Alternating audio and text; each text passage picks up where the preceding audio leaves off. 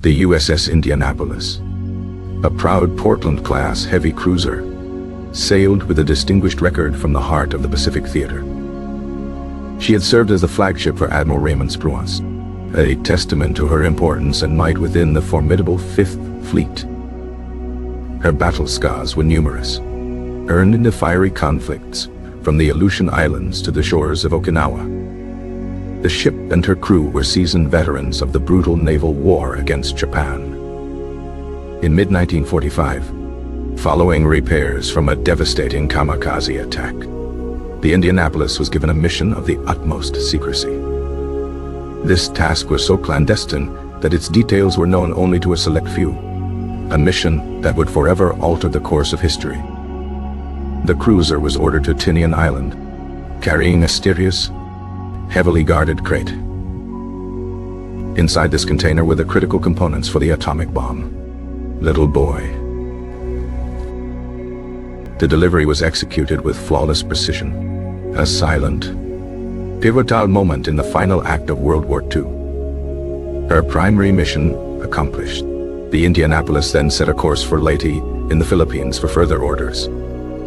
This leg of her journey was supposed to be a routine transit through supposedly safe waters. Naval intelligence had reports of Japanese submarine activity in the area, yet this crucial information was not relayed to the ship's captain, Charles B. McVeigh III. He was not even granted a destroyer escort, a standard precaution in a war zone. The decision was made that the risk was low, a fatal miscalculation that sealed the ship's doom. The moonless night of July 30th, 1945, the Indianapolis sailed alone, a solitary silhouette against the vast, dark expanse of the Philippine Sea. Unseen beneath the waves, the Japanese submarine I-58, commanded by Mochitsura Hashimoto, was stalking its prey. Hashimoto saw the perfect target, a large American warship sailing without escort and not in a zigzag pattern. He gave the order to fire a spread of 6 torpedoes. 2 of them struck the Indianapolis with catastrophic force, one hitting the bow and the other near midship. The explosions were immense, ripping through the hull and igniting a massive fuel tank. The ship's forward section was instantly obliterated, causing it to take on water at an alarming rate. Power was lost almost immediately, plunging the vessel into darkness and silencing its communication equipment. No distress signal was ever sent, a critical failure that would leave the crew utterly alone. The mighty cruiser, which had survived so much combat, began to list severely to starboard. The order to abandon ship was given, but the rapid sinking and chaos made it impossible for many to hear. Within a mere 12 minutes, the USS Indianapolis capsized and plunged bow first into the depths of the ocean. Approximately 900 of the 1,100 of the 105 crewmen managed to escape the sinking vessel, finding themselves adrift in the unforgiving open water. They were left with few life rafts and only a handful of supplies. As the sun rose the next morning, the true horror of their situation began to unfold. The tropical sun beat down relentlessly, causing severe burns and rapid dehydration. Their tongues swelled, and their throats became parched, driving some to the madness of drinking the salt water around them. This fatal choice only hastened their demise through salt poisoning, leading to hallucinations and death. As if the elements were not cruel enough, a more primal terror emerged from the deep. The scent of blood from the initial sinking and the struggles of the men attracted sharks. Oceanic white-tip sharks, known for their aggression, began to circle the helpless groups. The attack started sporadically and then became a constant, terrifying presence.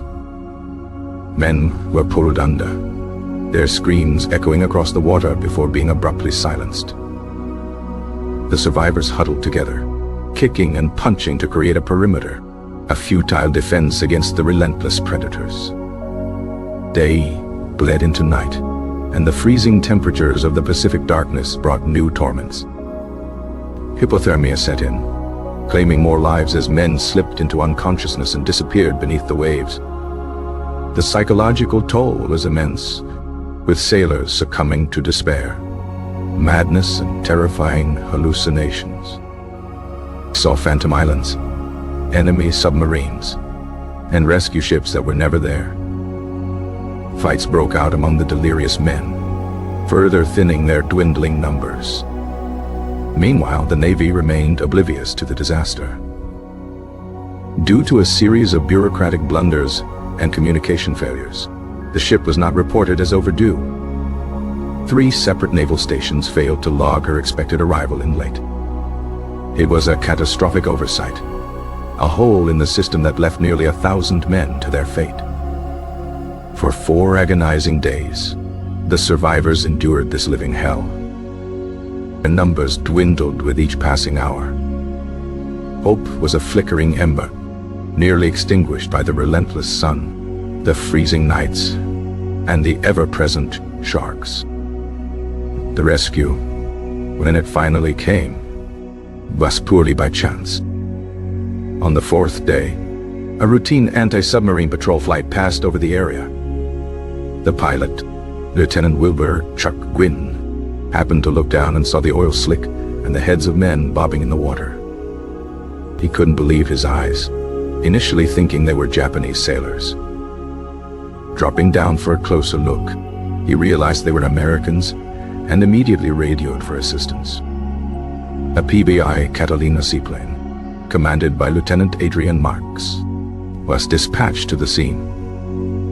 Arriving over the horrifying tableau of sharks and dying men, Marks made a courageous decision.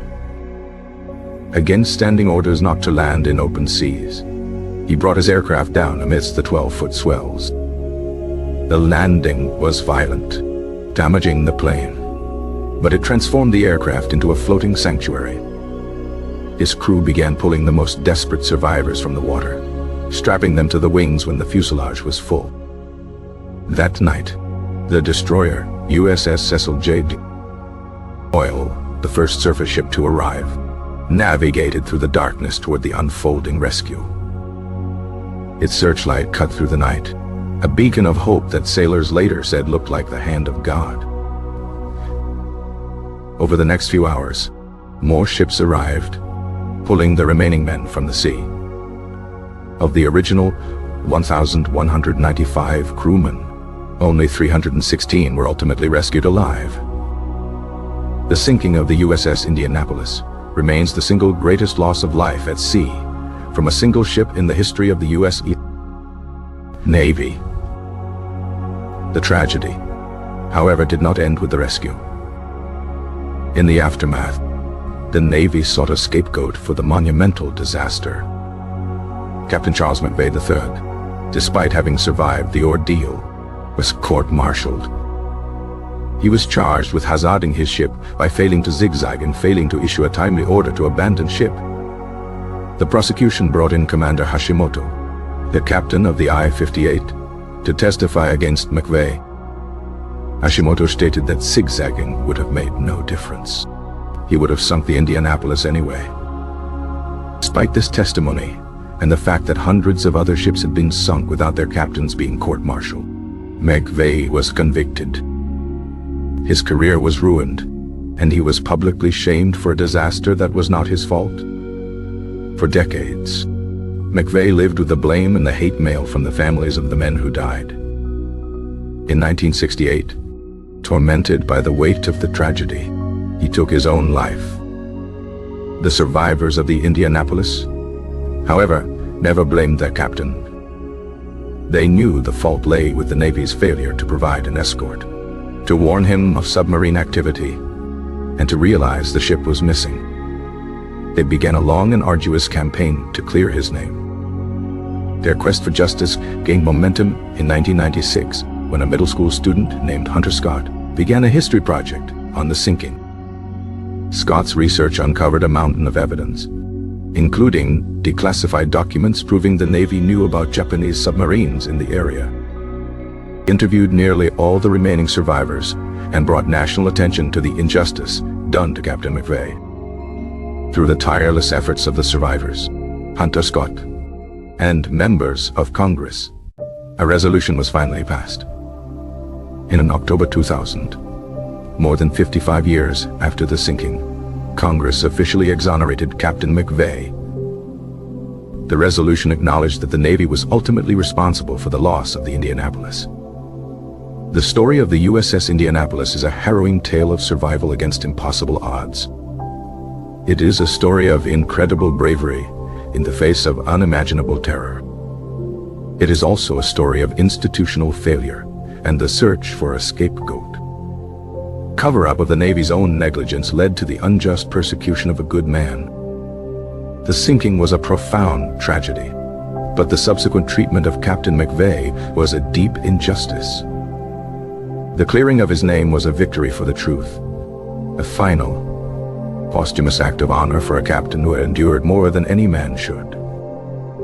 The legacy of the Indianapolis serves as a stark reminder of the human cost of war and the importance of accountability. The final chapter of this story was written not in the halls of power, but by the persistent voices of those who survived the deep. They ensured that history would remember not only the tragedy, but also the truth. The ship itself lay undisturbed for over 70 years, a silent tomb in the vast darkness of the ocean floor. Its discovery in 2017 brought a sense of closure to the remaining survivors and their families. The wreckage confirmed the violent nature of the sinking, a testament to the suddenness of the catastrophe. The bow was separated, lying a great distance from the rest of the hull. It was a final, physical piece of evidence in a story that had been defined by missing information. The tale of the Indianapolis is a complex tapestry of heroism, failure, and redemption. It highlights the chaos of war, where routine missions can turn into nightmares in an instant. The failure to protect the ship was a direct result of wartime bureaucracy and a breakdown in communication. The men who paid the price were those who fought and died in the water. Their ordeal is a testament to the resilience of the human spirit. The sharks, the sun, the thirst, they faced it all with a courage that is difficult to comprehend. The story also reveals the dark side of military justice, where blame can be assigned to protect an institution. Captain McVeigh's conviction was a miscarriage of justice that haunted him to his grave. The fight to clear his name was a fight for historical accuracy and personal honor. It was a battle waged by old men who refused to let a lie stand. The exoneration was a bittersweet victory, coming long after it could have saved McVeigh from his despair. The discovery of the wreck provided a final resting place for the hundreds of sailors who were lost. It turned a legendary sea story into a tangible archaeological site. The images of the ship, resting peacefully in the abyss, are haunting and powerful. They speak of a violent end and a long, silent vigil. The Indianapolis story is now taught as a case study in naval history, a lesson in what can go wrong. It is a reminder that even in a victorious war, there are stories of profound loss and injustice. The names of the crew are memorialized, ensuring they are not forgotten. The survivors, though few remain, continue to share their story. They speak for those who were silenced by the sea. Their testimony is a powerful indictment of the failures that led to the disaster. The sinking was not just a naval loss, it was a human catastrophe. Each man who died had a family, a life, a future that was stolen. The story forces us to look beyond the statistics of war and see the individual faces of tragedy. The cover-up, intended to protect the Navy's reputation, ultimately did more damage. It created a wound that festered for decades, a stain on its honor. The truth, as it often does, eventually came to light, thanks to the tenacity of a few. Indianapolis Saga is a journey from a secret mission to a public tragedy.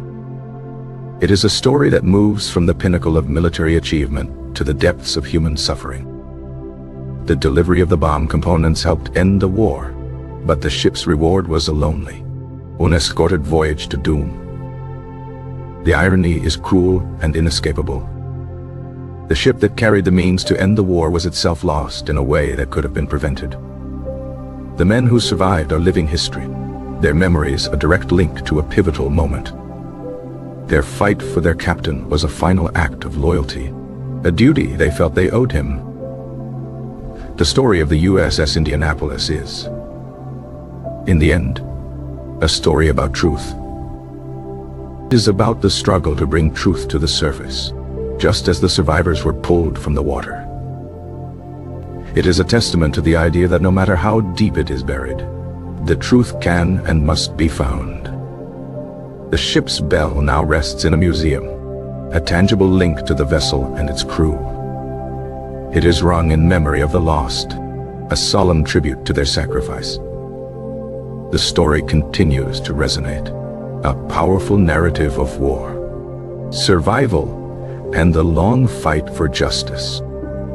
It is a reminder that the final battle is often the one for the truth. The courage of the crew was not just in facing the enemy, but in facing the elements and their own mortality. The injustice of McVeigh's court-martial is a cautionary tale about the fallibility of institutions. The exoneration was a moral victory, a righting of a historical wrong. The discovery of the wreck was a scientific achievement and an emotional touchstone. The story of the Indianapolis is a permanent part of the American story. It is a tale of a great ship, a brave crew, and a tragedy that should never happened. The lessons learned from that dark chapter in naval history are still relevant today. The memory of the Indianapolis is a sacred trust, kept alive by those who refuse to forget. The final verdict of history is clear. It was a tragedy born of negligence, not a crime committed by its captain. The sinking was a preventable disaster, a fact that makes the loss even more painful. The survivors' testimony created an undeniable record of the events. Their voices rose above the official narrative to tell the real story. The campaign to clear McVeigh was a testament to their bond and their integrity. The student who took on the project showed how one person can make a difference. The declassified documents were the smoking gun that exposed the cover-up. The congressional resolution was a formal admission of the Navy's failure. The story is a powerful example of how history is written and rewritten. The Indianapolis is more than just a sunken ship. It is a symbol. It symbolizes sacrifice, injustice, and the ultimate triumph of truth. The men who were lost are not just numbers. They are heroes. Their final moments were a desperate struggle for life. The sharks are a visceral, terrifying part of the story that captures the imagination. The thirst and the sun were equally deadly, a slow, agonizing torture. The hallucinations show the breaking point of the human mind. The accidental discovery by the patrol plane was a miracle. The courage of the rescuers was extraordinary. The image of the Catalina landing in the heavy seas is iconic. The searchlight of the Doyle was a symbol of salvation. The court-martial was a show trial, a legalistic farce. A legalistic farce. McVeigh was a convenient scapegoat for a systemic failure. His suicide was the final, tragic chapter of his personal story. The survivors' loyalty to him is a testament to his leadership. The long fight for his exoneration was their final mission. The discovery of the wreck in the deep ocean was a technological marvel. The images of the ship are a ghostly, beautiful memorial.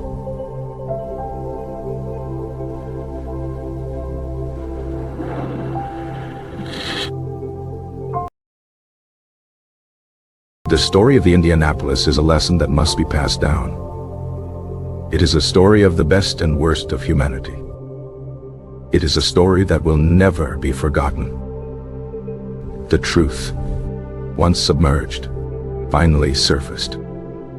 The final justice was for Captain McVeigh, a man wrongly accused. The legacy is one of honor, courage, and the relentless pursuit of truth. The sinking was a dark moment, but the fight for justice was a shining one. The story is a testament to the enduring power of the human spirit. The final chapter is one of peace, with the ship at rest and the captain's name cleared. The tale is a solemn ode to the sailors who never came home. Their memory is now preserved in honor, not in controversy. The USS Indianapolis sails on in the pages of history, a legend of the sea. The truth of the sinking is no longer hidden. It was a tragedy, compounded by a cover-up, and finally redeemed by justice. The story is a powerful reminder that the fight for truth is always worth fighting. The final piece for the crew is the knowledge that their story is finally being told correctly. The Indianapolis is a name that will forever evoke a sense of awe, tragedy, and ultimate vindication. The echoes of the disaster still resonate, a warning and an inspiration. The final lesson is one of accountability, a principle that was tragically ignored. The story is now complete, from the secret mission to the final discovery. The truth has set the record straight. The sailors of the Indianapolis can finally rest in peace. Their sacrifice will not be forgotten. The story is a testament to their enduring legacy. The final word is one of remembrance. The tale is a powerful and enduring American epic. The sinking was a tragedy, but the story is one of triumph. The triumph of truth over lies, of honor over disgrace. The Indianapolis will forever be remembered. The final justice was served. The story is a lesson for all time. The truth is the final memorial. The legacy is eternal. The story is now a part of our collective memory. The final chapter is written. The book is closed, but the story lives on. The Indianapolis is at peace. The crew is at peace. The captain is at peace. The truth is at peace. The story is finally whole. The end